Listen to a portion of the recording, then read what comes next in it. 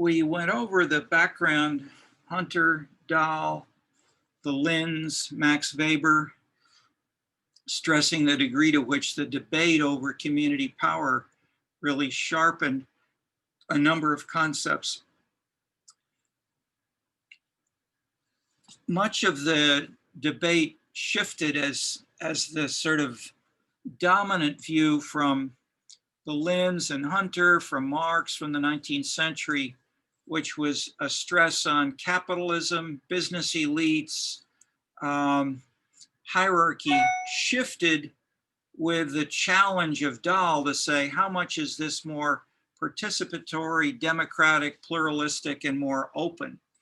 And that in turn led to lots of more sub-debates about how to specifically look at pieces and elements of these arguments rather than saying one or the other is right or wrong. So the comparative perspective, which I and others participated in the 70s, basically would, instead of saying one where we want to follow one or the other, we want to use the best ideas of both and look at where and why they can each be tested, elaborated, refined, and so forth. So what I'm going to present now is what I've sometimes called the 16 faces of power, and we can add one or two at the end of more current issues. But let me do this rather than taking time to go over the specific contributions of Dahl and who governs. The Dahl book is on the reading list, or it's on the suggested buying books list. It's a classic. Mark Hansen, Dean of Social Science here for many years, used to reread it every year as an inspirational work in social science to keep building on. Dahl was considered probably the leading political scientist of his era. And he did this in a very calm, popular manner, although the appendices have a little more specifics. In contrast to, say, some of his other papers in journals or his book, A Preface to Democratic Theory, which covers some of the same ideas more explicitly, critiquing the populist, the strong populist perspective from Anthony Downs. So if Hunter was this super hierarchy business elite, Downs was at the other extreme of saying, in his book, An Economic Theory of Democracy, is citizens are the driver, and if the system does not give them what they want, then the system is not working, period. And so that was basically and it's basically saying that politics should be or may be analyzed as the economic system is, as a market. But if the market does not give people what they each want, then it is fallacious, or it's not working right. It's imperfect. The problem, the simple big problem, which I'll just mention briefly here, is that the markets work reasonably well for private goods like shoes. But when you deal with public goods, like who's the president of the United States, then that public good or public bad is shared by everybody in certainly the US and in some respects other countries as well. So if you're dealing with air pollution, with COVID, it's a global public good and public bad. If you deal then with procedures to try to control it, these big public goods don't work for simple markets. And so you can try to use market solutions, as we're doing more in the US, and the Europeans try to do less, but then we get, okay, I won't go into specifics of COVID, but they illustrate very much the same kinds of themes we have here, in a mix of the normative and positive concerns, such as egalitarianism, the use of markets, limiting the government versus expanding the government. All these things are embedded in these discussions of these dimensions. So let me go through some of them, because as I suggested before, yeah, actually, let me remind or ask Ray, if you're making one or ideally two recordings, audio and visual as well, please, as backup. Yep. Okay, great. And this is I suggested as a takeaway that you can use continually in other areas. I mentioned families, national societies, international relations, etc. Um, uh, Offices, dormitories, etc. Okay, I'll try to mention most of the numbers as that's an easier way to highlight them. Number one, interpersonal influence. The most general idea of power is that A and B are related. And if A tries to influence B, then Here, let me check. A is said to have power over B. Do we have a background? Maybe can we maybe automatically mute people if they're not the regular speaker? Okay. The interperson a number. So one is interpersonal influence.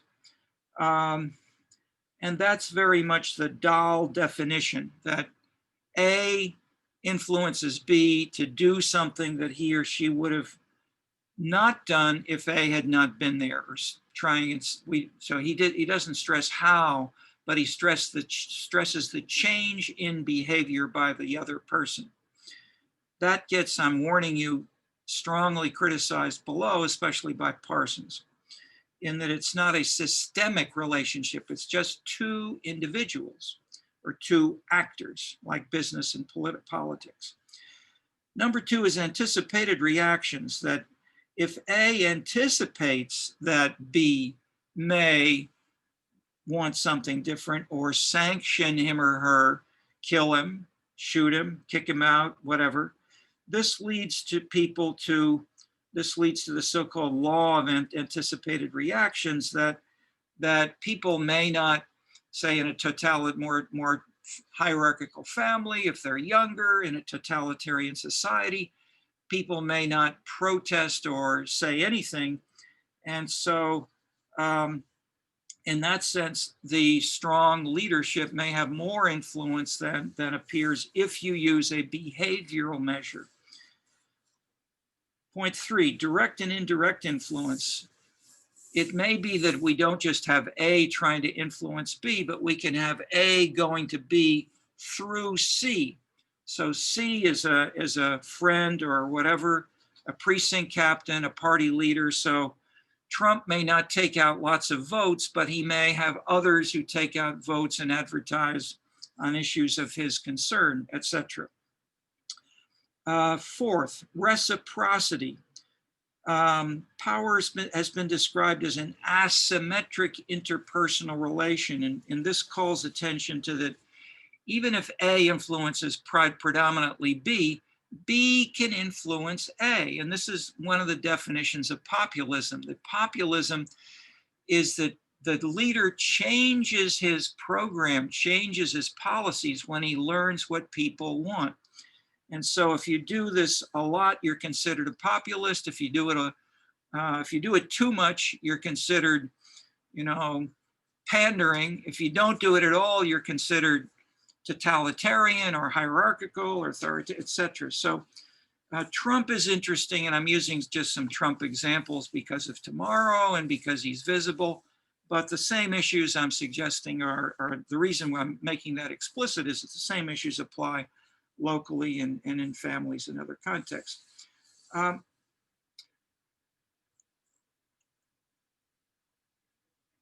Power corrupts in that sense. Action, number five, action in action.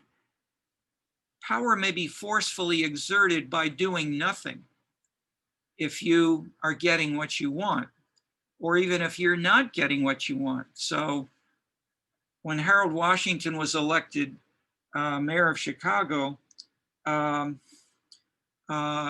he may have wanted, or when Bill Clinton and Obama were elected president, their number one issue was national health insurance. They lost.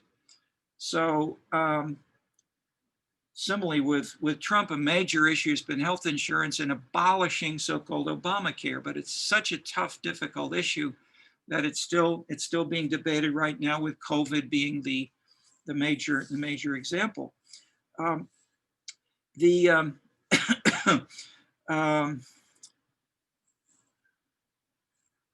Next, element of this under action and action. The big point here is the difference between a negative decision and a non-decision. A negative decision is when you have something explicitly discussed. Should we vote for affirmative action or not? If people vote against it, then that's a negative decision and you can count the number of votes. But if there's no vote, there's no explicit discussion, then it's not clear. You have a non-decision. But how can we say what is a non-decision if there's no action or no discussion? The problem here is that anybody can label it a latent issue. It can be called the status quo. And to try to go beyond this, you need something like a set of criteria to say something like, what is the mobilization of bias, if there is bias in the status quo? And depending on who you listen and depending on the criteria used, such as in 15 scenes dimensions, we can have 15 different criteria. That's part of why we generated them. Here are 15 clear, specific alternatives that you or I need not support any one of, or we may support 3 of them. But at least if they're clear and explicit, we can rank issues or cities or policies in terms of things like that and say, this is the more egalitarian, this is the more efficient, or this is the more something else. But explicitly recognizing that criteria conflict. You can't make everybody happy when you're dealing with more government or collective goods.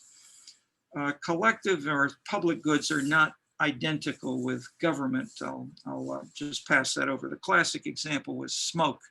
Smoke was generated by the private sector. The government wasn't involved explicitly in the 19th century, 18th century, but it became a classic leading to lots of debates of how to deal with smoke, and the environment continues in this regard as a salient, often non-decision.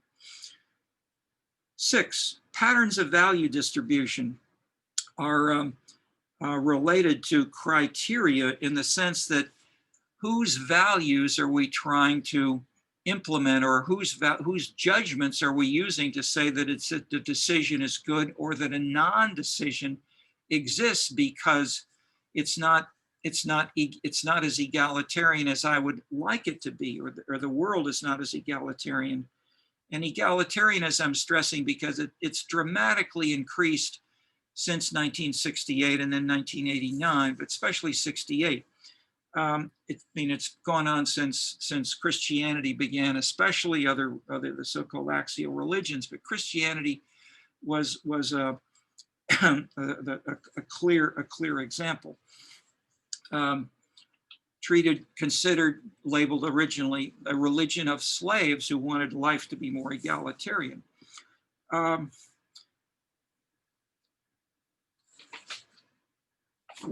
Okay. Patterns of value distribution. This can potentially be infinite, but if we empirically look at a case like New Haven or Atlanta, one can try, at least if you look at the decisions, that is not just the question of who has power, which can include an infinite number of decisions, but if you try to look at concrete decisions like a mayoral election, a school board decision, an economic development decision, here at least one can try to say who are the key participants. And I mentioned we had 5 items that we used across the first 51 cities where we did this: who initiates, who supports, who mediates, who prevails. Those kinds of things lead to data which we then could use to say how much do people support one or another kind of perspective. And so for Dahl, he discussed the old Yankees, then later on the ex-plebes.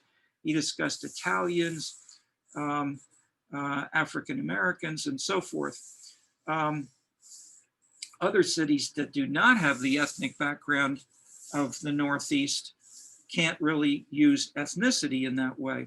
Or in countries like the Scandinavian or Australia in earlier years, or in Southern California, I asked the assistant to Mayor Pete Wilson, what's the ethnic background of the mayor? And he said, he's an American like all the rest of us. So even if we're in the same country as Southern California, it is the political culture denies the legitimacy of ethnicity. California was created at a time when this was the so-called progressive era.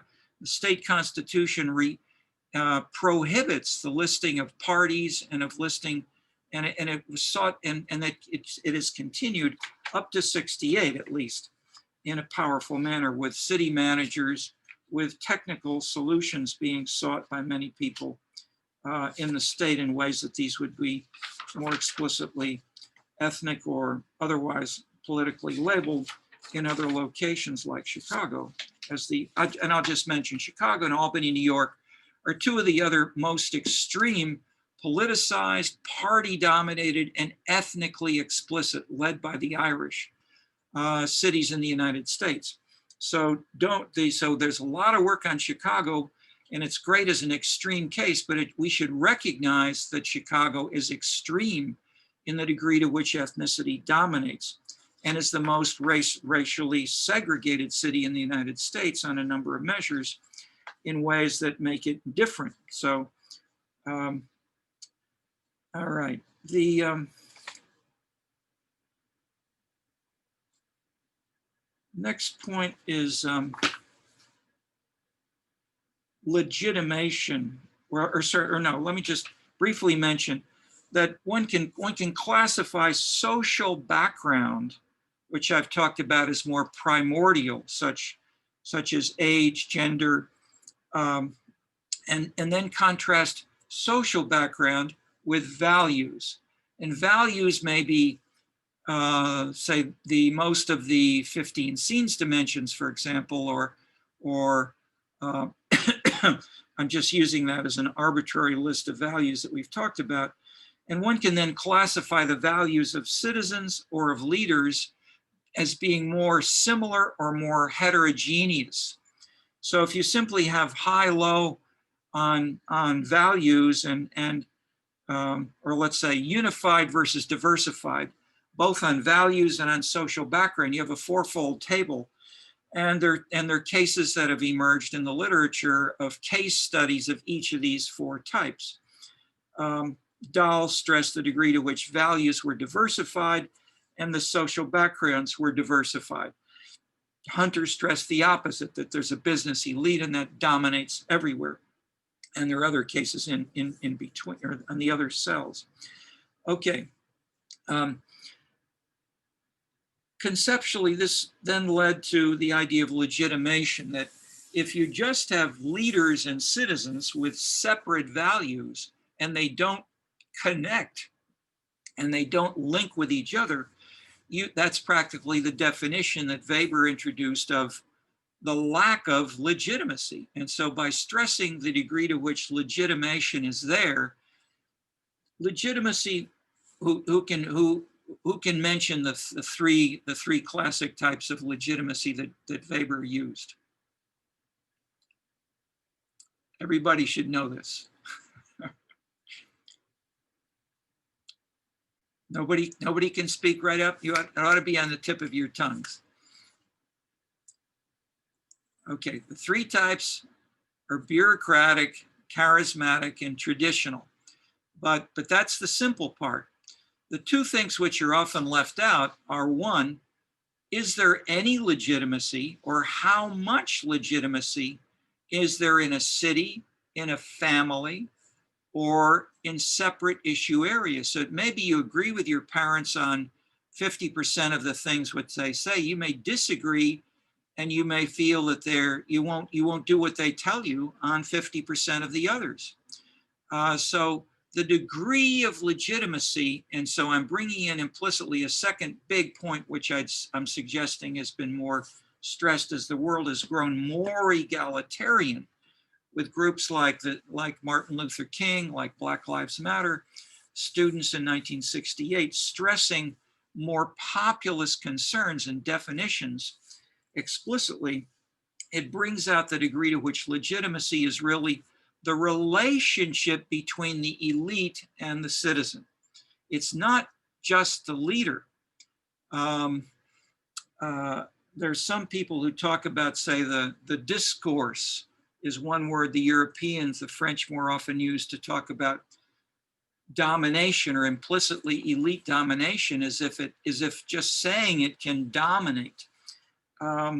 Jeff Alexander, Yale sociologist, has written several books about how the performance, the leader's presentation on television or in public speeches, and in his early books, he talked as if these were dominating.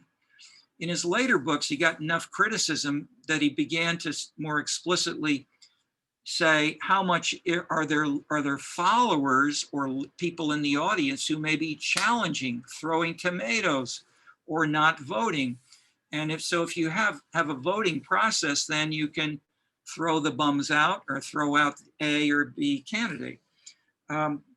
And of course, this was stressed more by Dahl, not by not by Weber. Weber did not include elections explicitly in his three types.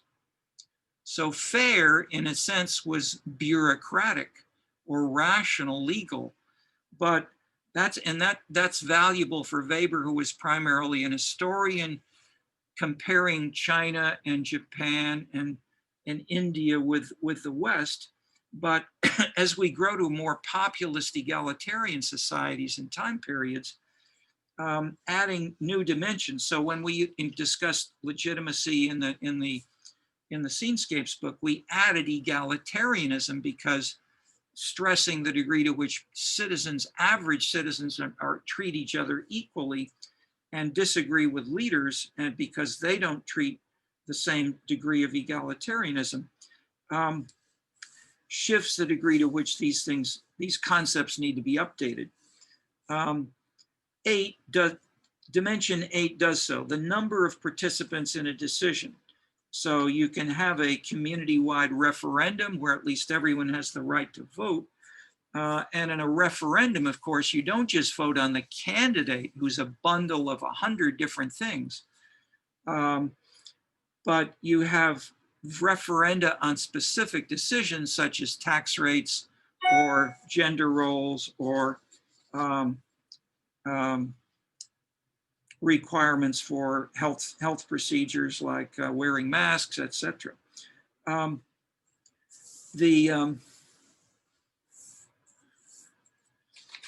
Political systems differ sharply in the degree to which they try to implement these more egalitarian procedures. So in some places, you do or you don't have elections at all. In others, you may have presidential elections, but you may not have local elections. So local elections were only introduced, for instance, in Colombia, Latin America, I think it was the 50s or 60s.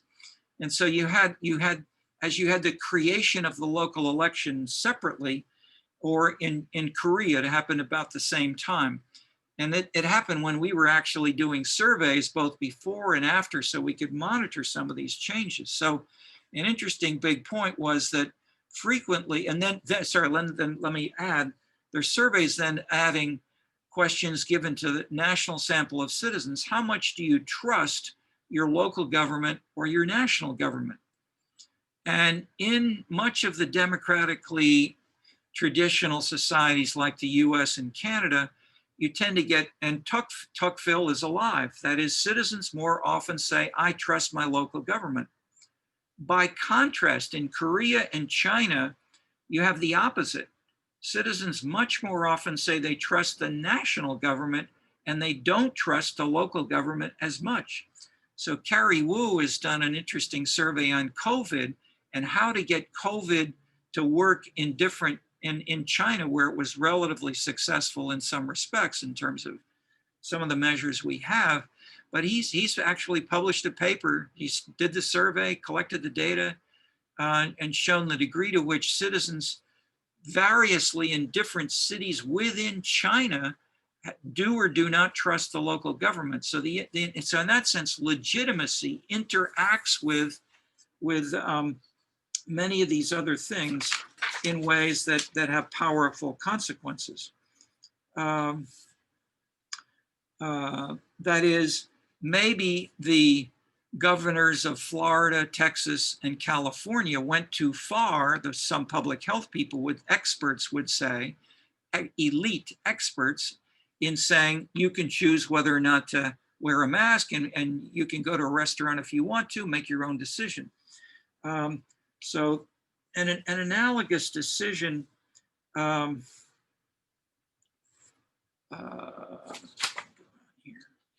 number of participants. In the past, that was a major controversy in the US in the 50s, was fluoridation of water. Should the water that we all drink have fluorides added? And some cities started to do this because it was found that the fluoride would decrease cavities.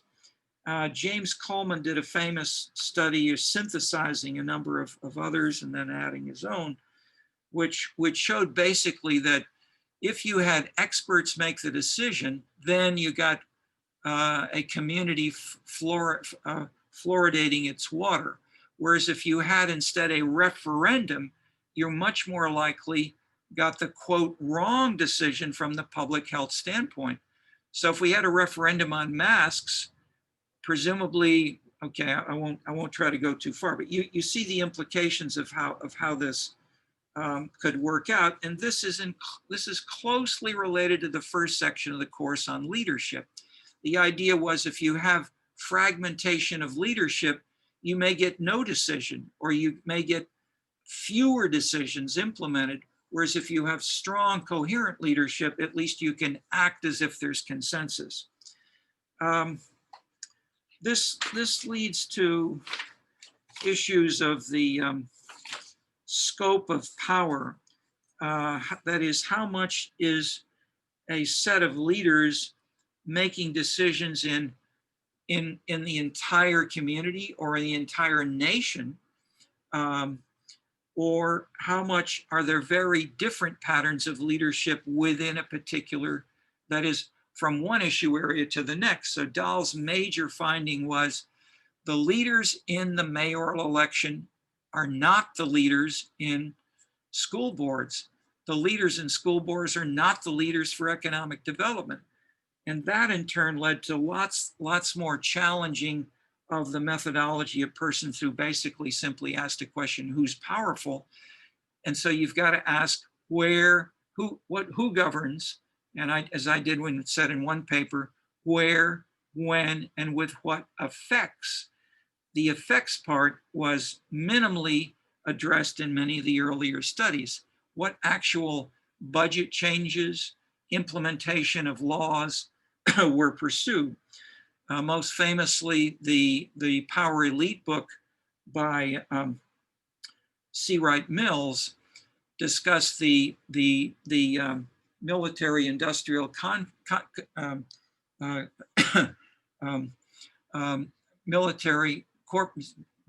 military-industrial government elite.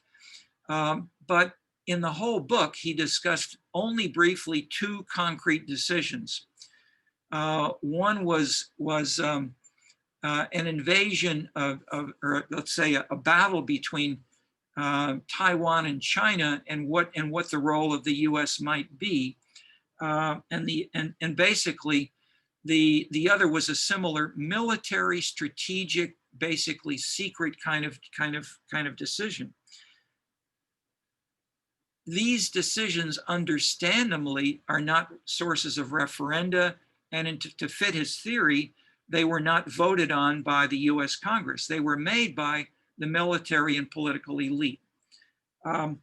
So if instead you choose issues such as who should wear a mask, in that sense, wearing a mask is both a private and a public good. It's a private good if you choose to put it on, and people immediately near you may say, "I'm happy you're wearing your mask. It may help protect you." On the other hand, it's a public good if you're in an elevator with 4 people and one has a mask and 3 do not. Then that's a public good issue. So as we thus introduce the idea of public goods and sharing and differences across decisions, such as having dinner with your family with 4 people or 4 people on an elevator, the wearing of masks decision shifts or may shift. Although the mayor of Chicago has recently sent out a letter this week which says the highest number of COVID cases seem to be coming from people in the same family.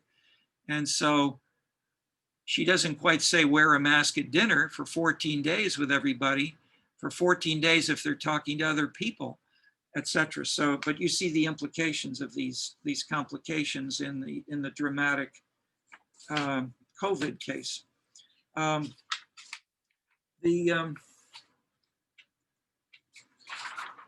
Okay.